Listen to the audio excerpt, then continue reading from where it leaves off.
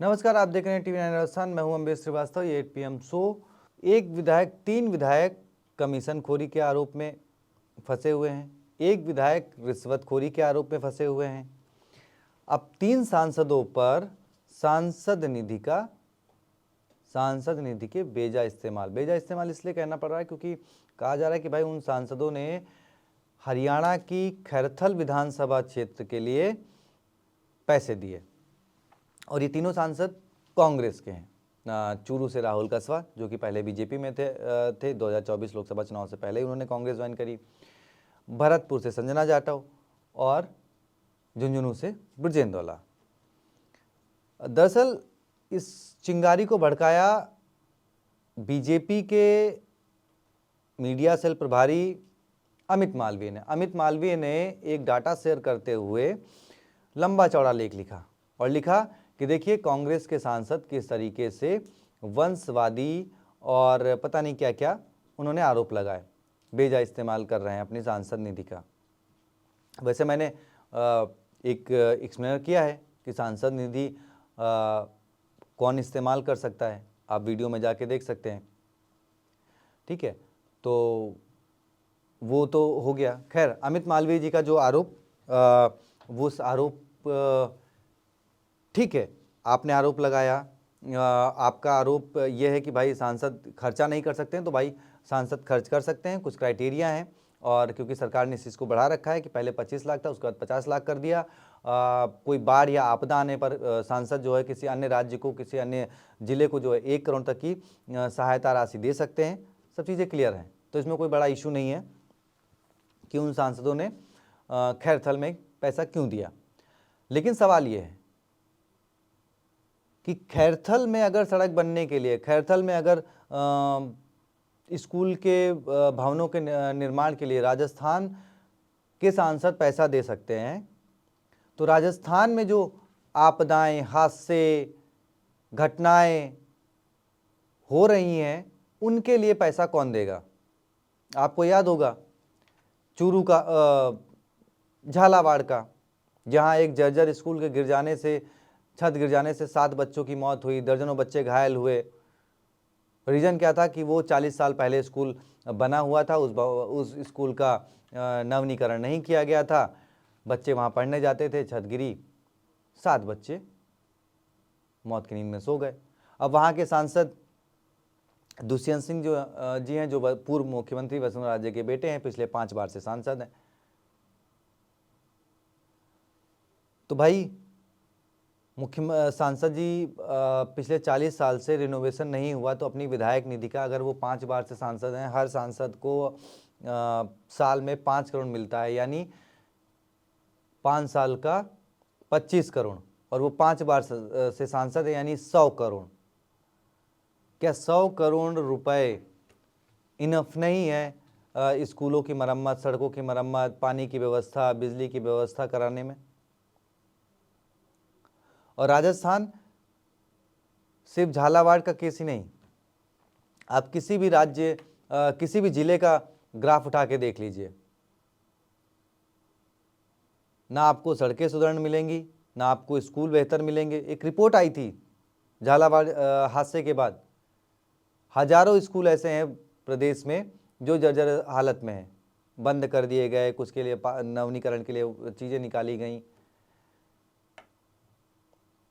तो पानी की समस्या को लेकर, किसानों की समस्या, खाद की समस्या, एक लंबी फहरिस्त है। लेकिन जिन्हें चुना जनता ने इन समस्या का समाधान करने के लिए, उन पे आरोप क्या लग रहे हैं? कोई रिश्वत ले रहा है, कोई अपने विधायक निधि से कमीशन ले रहा है, कोई जो सांसद हैं वो बजाय अपने ज़िले की जनता की बजाय अन्य राज्य में, अन्य जिला भी नहीं, अन्य राज्य में जो है वो जाके पैसा खर्चा कर रहे हैं। राजस्थान में 25 सांसद हैं, एक सांसद को 5 करोड़ एक साल का, 25 करोड़ 5 साल के, और गुणा कर लीजिए 25 सांसदों का। ठीक है, ये तो हो गया 25 सांसदों का जो लोकसभा सांसद हैं, 10 आपके राज्यसभा सांसद हैं, गुणा कर लीजिए 5-5 करोड़, 200 विधायक हैं, 2-2.5 करोड़ विधायकों को मिलता है सालाना,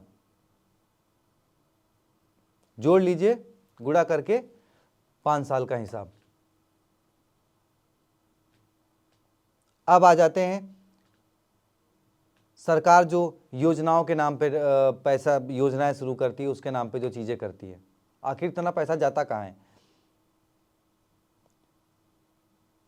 अगर एक सांसद, एक विधायक, एक राज्यसभा सांसद की सांसद निधि जोड़ दी जाए मेरे ख्याल से, तो सोचिए ना, एक सांसद 25 करोड़, विधायक का अगर 2.5 करोड़ है तो आपके हो गए 5, करीब 12.5 करोड़। और राज्यसभा सांसद भी पैसे दे सकता है जिलों को, मतलब 50 से 60 करोड़ रुपए। क्या 5 साल में सारे विधायक खर्च कर देते हैं, सांसद खर्च कर देते हैं, राज्यसभा सांसद खर्च कर देते हैं?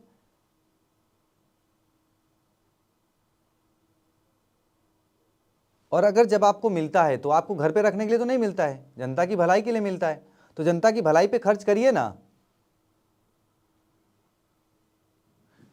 दिक्कत क्या है, वो आएंगे सत्ता में तो वो कहेंगे फलानी सरकार ने नहीं किया, फलानी सरकार ने ये नहीं किया, फलानी सरकार ने वो नहीं किया, फलानी सरकार ने सड़कें नहीं बनवाई।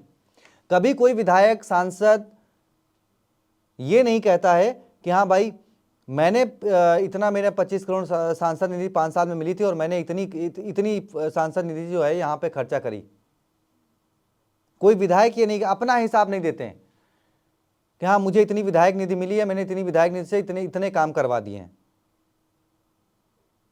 अब दिक्कत एक ये है, विधायक निधि में कमीशन खोरी की क्योंकि खबरें सामने आई, वीडियो सामने आए, चर्चा है, सवाल है, खैर इसमें कई सारी चीज़ें भी हैं कि भाई इसमें सच्चाई कितनी है, सबसे बड़ी बात है, वो बात हम छोड़ देते हैं। लेकिन क्या कभी किसी सांसद ने, कभी विधायक ने आपको हिसाब दिया अपने 5 साल का? जब आपके यहाँ वोट मांगने आते हैं तब किसी विधायक से आपने मांगा हिसाब 5 साल का कि हाँ भाई 5 साल में आपको इतनी विधायक निधि मिली, इतनी सांसद निधि मिली है, कहाँ कहाँ खर्च हुई है? नहीं। वो आएंगे तो गहलोत सरकार में ये भ्रष्टाचार हुए हैं, वो आएंगे तो वसुंधरा राजे सरकार में ये भ्रष्टाचार हुए हैं, वो कहेंगे कि भजनलाल सरकार 2 साल से पर्ची से चल रही है। अरे भाई पर्ची से चल रही है ना, जनता के वोट से बनी है ना। बीजेपी के 115 विधायकों को जनता ने चुन के भेजा था ना, आपको सत्ता से बाहर किया ना।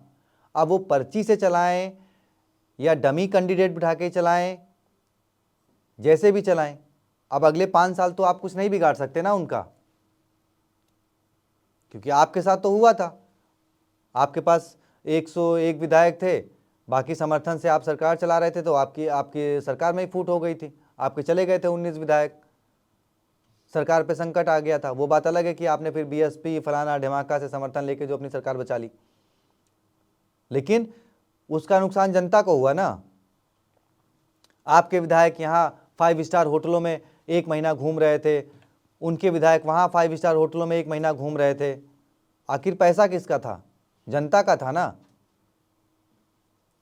ना तो मुख्यमंत्री को, अगर मुख्यमंत्री के कोष फंड से भी गया था तो वो जनता का ही पैसा था। क्या कांग्रेस पार्टी ने अपने कोष फंड से सभी विधायकों के होटल के बिल भरे थे क्या? अगर बिल भरे थे तो दिखा दे।